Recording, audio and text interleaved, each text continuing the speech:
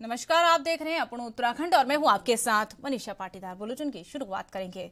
उत्तराखंड के मुख्यमंत्री पुष्कर सिंह धामी ने शुक्रवार को सिल्वर सिटी में 7वें देहरादून अंतर्राष्ट्रीय फिल्म फेस्टिवल में प्रतिभाग किया। मुख्यमंत्री ने कहा कि राज्य में बड़ी संख्या में फिल्म निर्माता शूटिंग के लिए उत्तराखंड आ रहे हैं। फिल्म निर्माता के लिए राज्य सरकार द्वारा बेहतर सुविधाएं प्रदान की जा रही है। मुख्यमंत्री ने कहा कि प्रदेश में फिल्मकारों के हित में फिल्मांकन की स्वीकृति हेतु ऑनलाइन सुविधा उपलब्ध कराई जा रही है। अब एक सप्ताह में फिल्मांकन की स्वीकृति प्रदान की जा रही है। आगे उन्होंने कहा कि उत्तराखंड आने वाले समय में फिल्म मेकर्स का पसंदीदा डेस्टिनेशन बनेगा।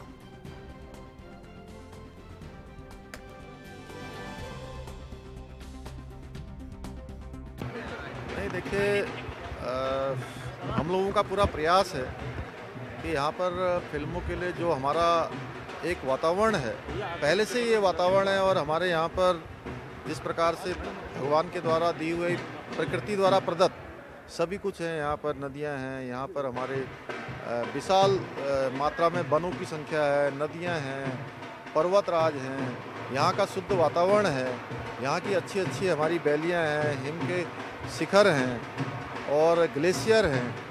तो निश्चित रूप से फिल्मों के लिए सबसे अच्छा माहौल हमारे उत्तराखंड में है।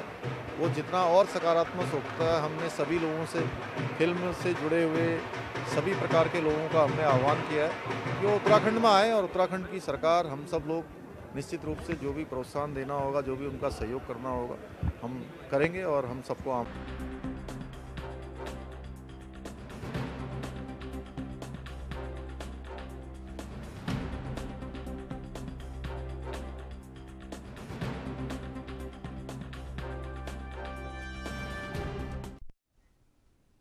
उत्तराखंड के मुख्यमंत्री पुष्कर सिंह धामी ने आज सचिवालय देहरादून में महिला सुरक्षा और राज्य की कानून व्यवस्था की समीक्षा की और इसी के दौरान बैठक में सभी जिला अधिकारियों और एसएसपी वीडियो कॉन्फ्रेंसिंग के माध्यम से मौजूद रहे। बैठक में मुख्यमंत्री पुष्कर सिंह धामी ने महिलाओं के हित में होने वाले अपराधों पर जल्द कार्रवाई के साथ ही सभी थानों में महिला पुलिस अधिकारी की तैनाती किए जाने समेत कई दिशा निर्देश सीएम द्वारा दिए गए। वहीं बैठक में मुख्यमंत्री पुष्कर सिंह धामी ने कानून व्यवस्था का उल्लंघन करने वालों के विरुद्ध सख्त से सख्त कार्रवाई करने के दिशा निर्देश दिए। वहीं मुख्यमंत्री ने बैठक में स्पष्ट कहा कि यदि किसी ने लापरवाही बरती तो उसके खिलाफ सख्त से सख्त कार्रवाई की जाएगी।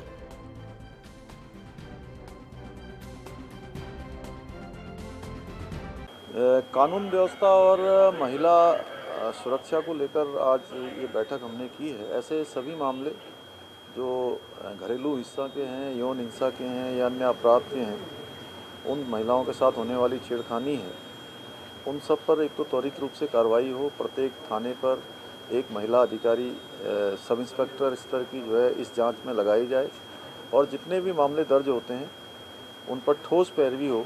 जिलाधिकारी और पुलिस अधीक्षक इसकी नियमित रूप से मासिक समीक्षा करें और जो मामलों में अच्छी कार्रवाई हुई है उन सभी को हम जहां प्रोत्साहित करने का काम करेंगे, वहीं अगर जो कोई जिम्मेदार जो लोग भी इसकी पैरवी में कम पैरवी करने वाले या ठीक प्रकार से पैरवी करने वाले नहीं होंगे तो उनके खिलाफ भी कार्रवाई की बात करी है और अगले एक माह बाद फिर से इसकी समीक्षा करेंगे।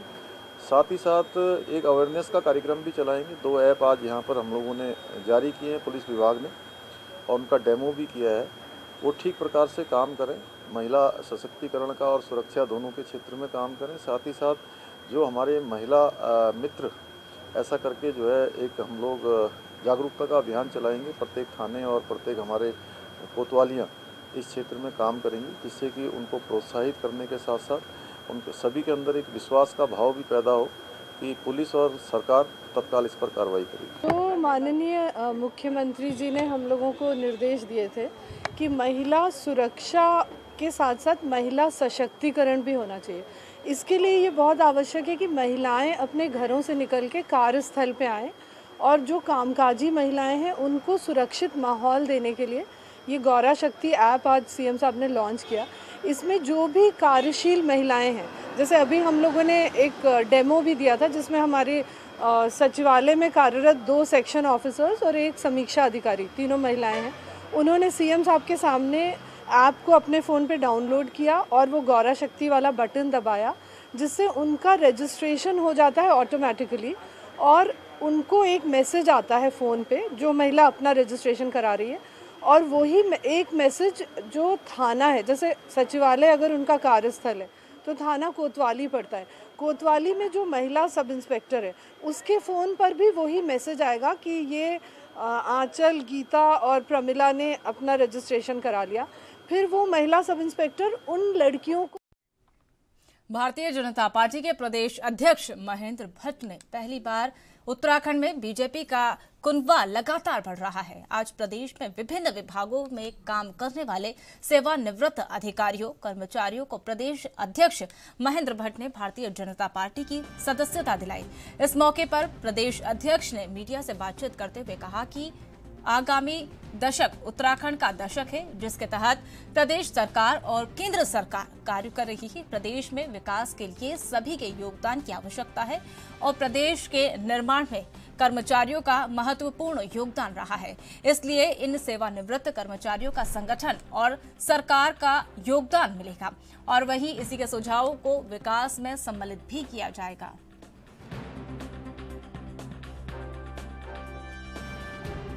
हम अपने संगठन में, क्योंकि इस राज्य को विकसित करने का सबका उद्देश्य है राज्य, क्योंकि हमारे मोदी जी ने कहा आने वाली सदी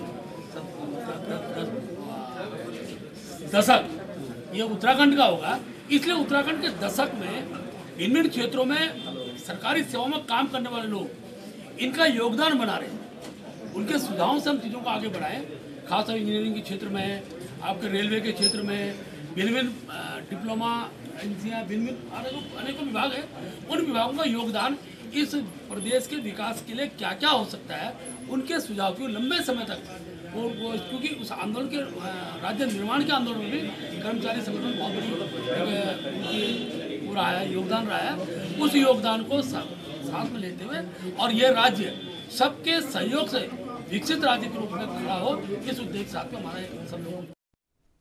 उत्तराखंड वासियों को प्रदूषण की समस्या से निजात दिलाने के लिए अब परिवहन विभाग पूरी तरह से एक्टिव मोड में आ गया है। दूरस्थ पहाड़ी क्षेत्रों की बात करें या फिर राजधानी देहरादून की, पुराने वाहनों से प्रदूषण की समस्या लगातार बढ़ती जा रही है और इसके साथ साथ कई पुराने और खटारा वाहनों के चलते पहाड़ी क्षेत्रों में लगातार एक्सीडेंट होने की घटनाएं देखने को मिल रही है। इन सब को देखते हुए परिवहन मंत्री चंदन रामदास ने विभागीय अधिकारियों को कई दिशा निर्देश दिए और उन्होंने कहा कि ऐसे पुराने वाहन जिन्होंने अपनी आयु पूरी कर ली है या फिर मानकों पर खरे नहीं उतर रहे हैं, उन सभी को पुराने वाहनों को या तो CNG में तब्दील किया जाए या फिर सड़क को उनसे हटा दिया जाए। और वही सड़क से हटाने पर मुख्य परिवहन मंत्री ने इसके लिए 2023 का समय निर्धारित किया है।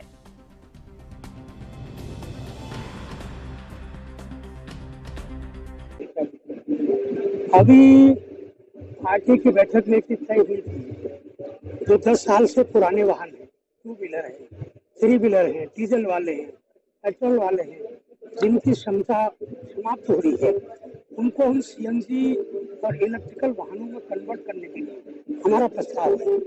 हमने मार्च 2023 तक का लोगों को समय दिया है और आने वाला समय अब इलेक्ट्रिकल वाहनों का है, वो चाहे 2 व्हीलर हो, 3 व्हीलर हो, 4 व्हीलर हो। आने वाले समय में हम वैज्ञानिकता के हिसाब से हम इन कार्यक्रम को करेंगे, लोगों को अच्छी सुविधाएं प्रदान करने का पूरा प्रयास।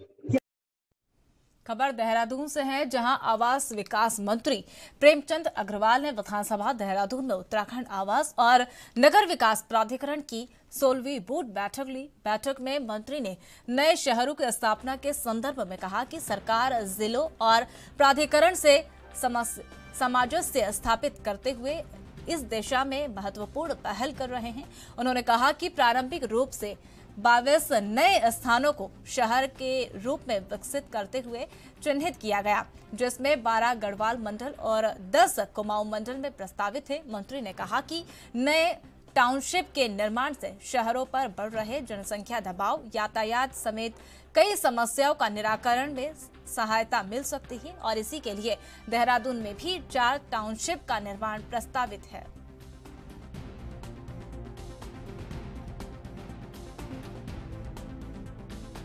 उत्तराखंड आवास एवं नगर विकास प्राधिकरण, जिसे हम उड्डा के रूप में भी जानते हैं, उसकी आज 16वीं बोर्ड की बैठक हुई और मेरे कार्यकाल की पहली बैठक थी। इसमें जिस प्रकार से पहले भी मेरे द्वारा निर्देश दिए गए थे और माननीय मुख्यमंत्री जी का भी बहुत आग्रहपूर्वक आदेश भी है कि हमारे प्रदेश के अंदर कुछ नए टाउनशिप डेवलप की जाए। तो 22 शहरों को हमने पूरे उत्तराखंड के अंदर चिन्हीकरण उनका किया है, जिसमें 10 कुमाऊं में और 12 गढ़वाल में। और उसका मकसद सिर्फ यही है कि जो हमारा आज शहर है उनको किस प्रकार से कुछ पॉपुलेशन को डाइवर्ट किया जा सके। जो डेंस पॉपुलेशन हमारे माना देहरादून की मैं बात करूं, यहाँ पॉपुलेशन बढ़ती जा रही है, ट्रांसपोर्टेशन भी समस्या बनी है और इस प्रकार से देहरादून के अंदर भी 4 जगह हमने इस प्रकार के चिन्हीकरण किए हैं टाउनशिप के लिए। और उसके 22 को भी हम ये कोशिश कर रहे हैं कि जहाँ ज़्यादा पोटेंशियल है उसको हम प्राथमिकता के आधार पे और तय कर लें। तो उम्मीद कर रहा हूँ कि बहुत जल्दी इसमें हम लोग आगे बढ़ेंगे।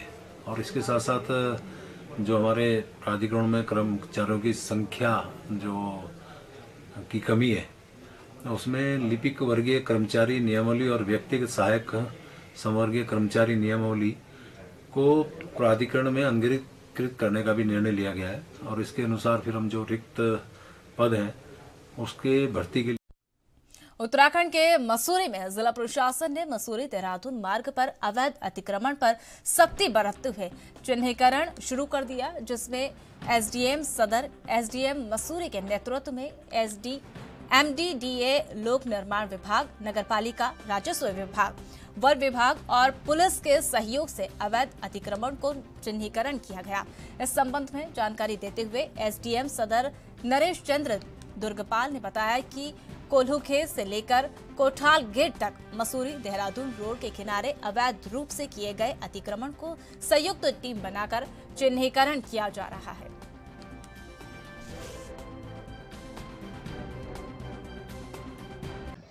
जिलाधिकारी महोदय ने कल ही जो है एक बैठक इस संबंध में आयोजित की थी और हम लोगों को निर्देशित किया है कि इसमें चिन्हीकरण करते हुए अतिक्रमण हटाया जाए।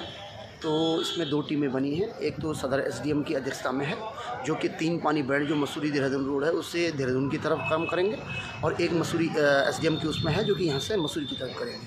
हमारे साथ जो है इसमें नगर पालिका है, एमडीडीए है और वन विभाग है, उसके बाद राजस्व विभाग की टीम है और उसमें हम लोगों ने जो सड़क की चौड़ाई है उसके मानक को देख रहे हैं कि किसी ने सड़क में इंक्रोचमेंट किया है। दूसरा, हम एमडीडीए के मानकों को देख रहे हैं कि नक्शा स्वीकृति है या नहीं है और या उसके स्वीकृति के विपरीत काम तो नहीं किया गया। तीसरा चीज़, हम नगर पालिका का यदि एरिया है तो नगर पालिका के एक्ट के अनुसार जो काम है वो उसको देख रहे हैं।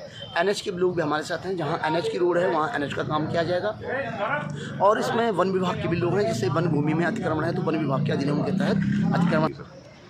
जी, ये जो मसूरी देहरादून रोड है, ये कोल्हूखेत से कोठाल गेट से मसूरी तक सड़क के दोनों ओर जो निर्माण है उसको एक जॉइंट टीम बना के चेक कर रहे हैं कि कितना इलीगल इंक्रोचमेंट है, जिसमें पीडब्ल्यूडी डिपार्टमेंट है, एमडीडीए है, फॉरेस्ट है, राजस्व है, इन 4 और नगर पालिका है। इन 5 विभागों के लोग सड़क के किनारे जो इलीगल इंक्रोचमेंट है उनको चिन्हित करेंगे, उनको नोटिस देंगे।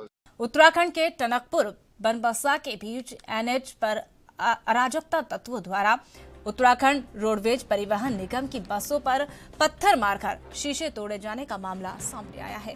मिली जानकारी के अनुसार पत्थरबाजों ने 9 बजे बस को निशाना बनाया था। परिवहन निगम के मुताबिक रोडवेज की 9 बसों को तकरीबन 1.5 लाख का नुकसान हुआ है। फिलहाल ARM ने कोतवाली टनकपुर में तहरीर दी है और वहीं पुलिस मामले की जांच में जुटी हुई है।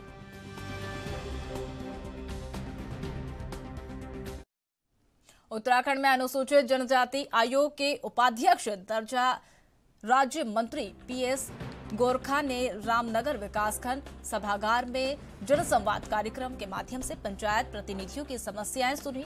कार्यक्रम के दौरान पंचायत प्रतिनिधियों ने अधिकारियों पर फोन न लगाने और न उठाने और उनके काम में बेवजह रोड़ा डालने का आरोप लगाया है। तो वहीं ग्राम प्रधान सुनीता कन्नौजिया ने अपने क्षेत्र में स्थित सस्ता गल्ला विक्रेता पर ग्रामीणों की शिकायत के दौरान दुकान का निरीक्षण किए जाने की गई है और वही अभद्रता पर रोष जताते हुए कार्रवाई करने की बात कही। इसके अलावा क्षेत्र पंचायत सदस्य राहुल ने मालधन चौड़ क्षेत्र में बने स्वास्थ्य केंद्र में चिकित्सक की स्थायी नियुक्ति और संसाधन उपलब्ध कराने की मांग की। तो वही उपाध्यक्ष पीसी गोरखा ने अधिकारियों को निर्देश दिए कि अधिकारी जनप्रतिनिधियों का सामना करें और उनकी समस्याओं को प्राथमिकता से समाधान करें।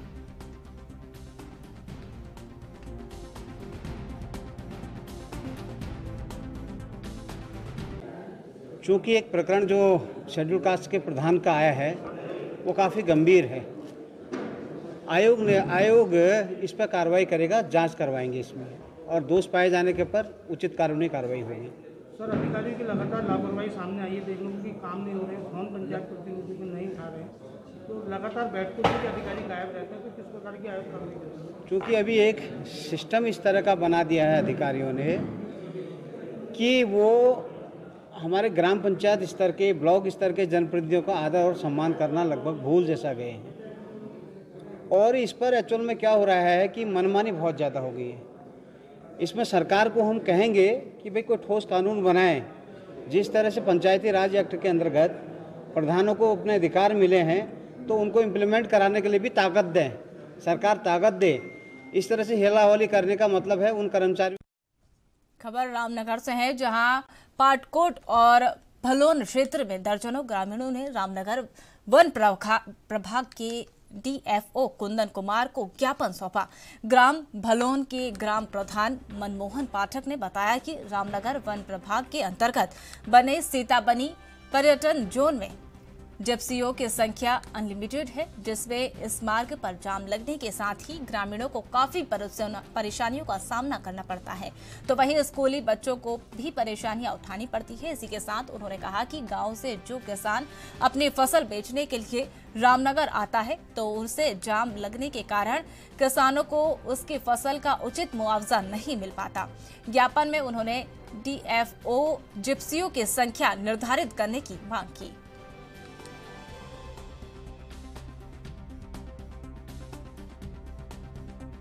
इसको इस बार 1 नवंबर से पर्यटकों के लिए खोला गया है। तो इसमें जो संख्या निर्धारित की गई है कि कुल कितने वाहन प्रवेश करेंगे, इसमें 2-3 दिन पहले कुछ जिप्सी वाहन संचालक आए थे, उनके द्वारा ज्ञापन दिया गया था कि इसमें जो टेढ़ा से भंडार पानी तक की सड़क है उस पे वाहनों की संख्या बढ़ाई जाए और उनको प्रवेश दिया जाए। आज वहाँ के जो ग्रामीण हैं, वहाँ के जो स्थानीय जनप्रतिनिधि हैं, उनके द्वारा भी वो लोग भी आए थे और एक ज्ञापन दिया गया है। उनका कहना है कि इस पे जो वो टेढ़ा से भंडार पानी तक कोई भी अतिरिक्त वाहनों को प्रवेश न दिया जाए। उनकी कुछ अपनी समस्याएं हैं, तो उनके ज्ञापन को ले लिया गया है और उसको उच्च स्तर को भेजा जाएगा और जो भी नियमानुसार निर्णय लिया जाएगा उस पर कार्रवाई की जाएगी। सर, एक सड़क का मुद्दा भी है जो काफ़ी समय से लंबित था, उसकी सड़क जो है धनराशि दी स्वीकृत हो गई है। ये पाटकोट की सड़क है, इसके लिए बजट की मांग की गई थी। उसमें अभी कुछ बजट धनराशि प्राप्त हो गई है और उसमें जल्दी ही उसका जो कार्य है उसको प्रारंभ कर दिया जाएगा और बाकी धनराशि के लिए भी बजट की मांग। सर, समस्या हमारी ये थी कि यहाँ पर जो है जिप्सियों की आवाजाही हमारे क्षेत्र में काफ़ी थी। रामनगर पाटकोट का जो मोटर मार्ग है उसमें बेताल घाट से लेकर पाटकोट तक की जो है लोगों की आवाजाही है ग्रामीणों की, तो उसमें जो है जिप्सियों की संख्या अनलिमिटेड आती थी। तो हमने डीएफओ साहब के संज्ञान में डाला था कि साहब आप इनकी जो है संख्या सीमित कर दीजिए ताकि लोगों को आवाजाही में दिक्कत न हो, जाम की स्थिति न हो। तो डीएफओ साहब ने हमारा जो है सहयोग किया। उसमें उत्तराखंड के चंपावत में सागर अग्रवाल और मयंक गर्ग के नेतृत्व में होटल व्यापारियों द्वारा टनकपुर से मथुरा तक चलाई जा रही अस्थायी रेल सेवा को नियमित किए जाने की मांग को लेकर तहसील टनकपुर पहुंचकर उप जिलाधिकारी को ज्ञापन दिया गया, जिसमें रेलवे विभाग द्वारा टनकपुर से मथुरा तक चलाई जा रही रेल सेवा की सराहना करते हुए उक्त रेल सेवा को नियमित किए जाने की मांग की गई।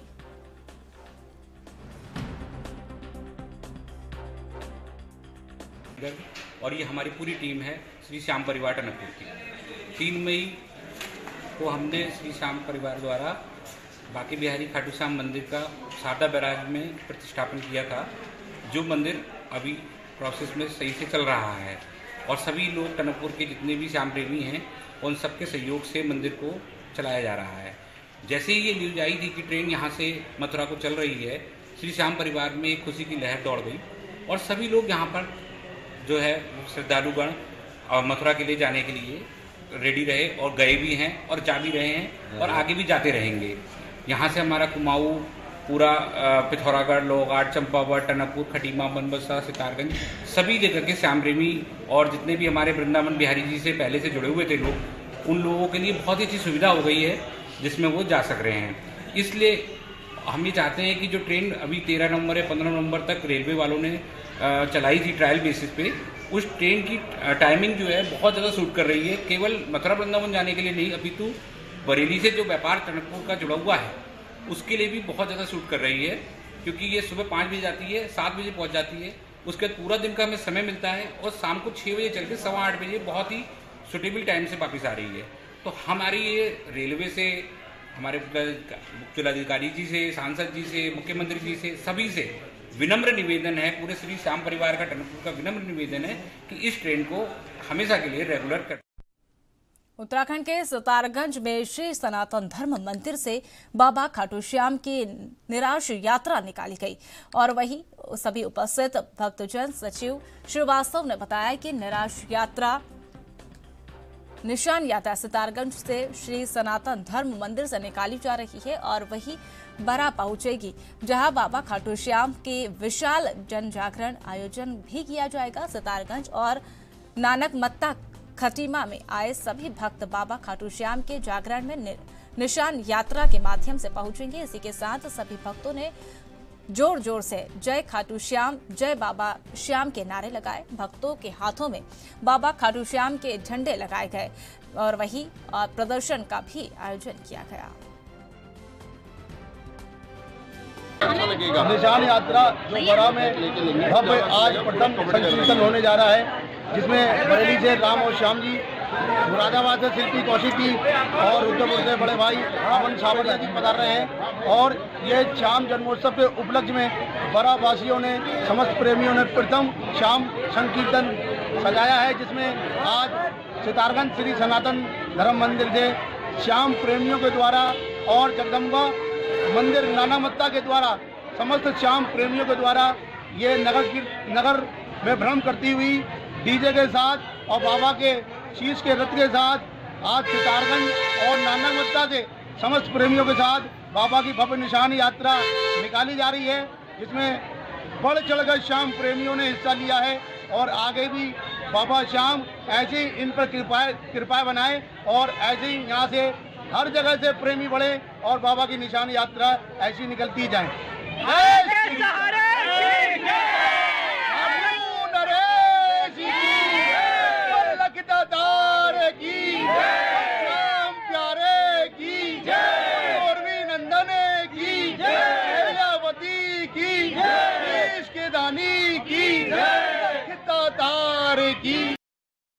उत्तराखंड के रामपुर में कोतवाली पुलिस ने नशे के खिलाफ अभियान चलाते हुए 1 लाख रुपए से अधिक के स्मैक के साथ 2 तस्करों को गिरफ्तार कर लिया है।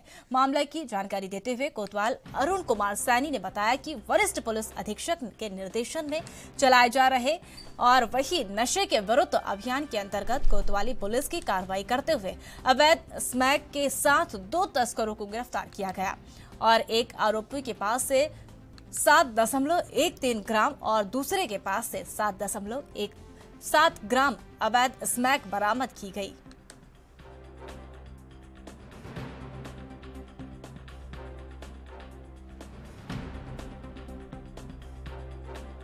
देखिए, नशे के विरुद्ध उच्च अधिकारी के निर्देशन पर एसएसपी नैनीताल के आदेश अनुसार हमारे द्वारा लगातार कार्रवाई की जा रही है। इसी क्रम में आज थाना रामनगर पुलिस द्वारा 2 अभियुक्तों को, विशाल जोशी और रईस को, कुल 13.3 ग्राम स्मैक के साथ हमारे द्वारा गिरफ्तार कर जेल भेजा रहा है। देखिए, नशे के विरुद्ध उच्च अधिकारी के निर्देशन पर एसएसपी नैनीताल के आदेश अनुसार हमारे द्वारा लगातार कार्रवाई की जा रही है। इसी क्रम में आज थाना रामनगर पुलिस द्वारा 2 अभियुक्तों को विशाल जोशी और रईस को कुल 13.3 ग्राम स्मैक के साथ हमारे द्वारा गिरफ्तार कर जेल भेजा। तो फिलहाल इस बुलेटिन में मेरे साथ इतना ही। तमाम ताज़ा खबरों के लिए देखते रहिए AMB न्यूज़। नमस्कार।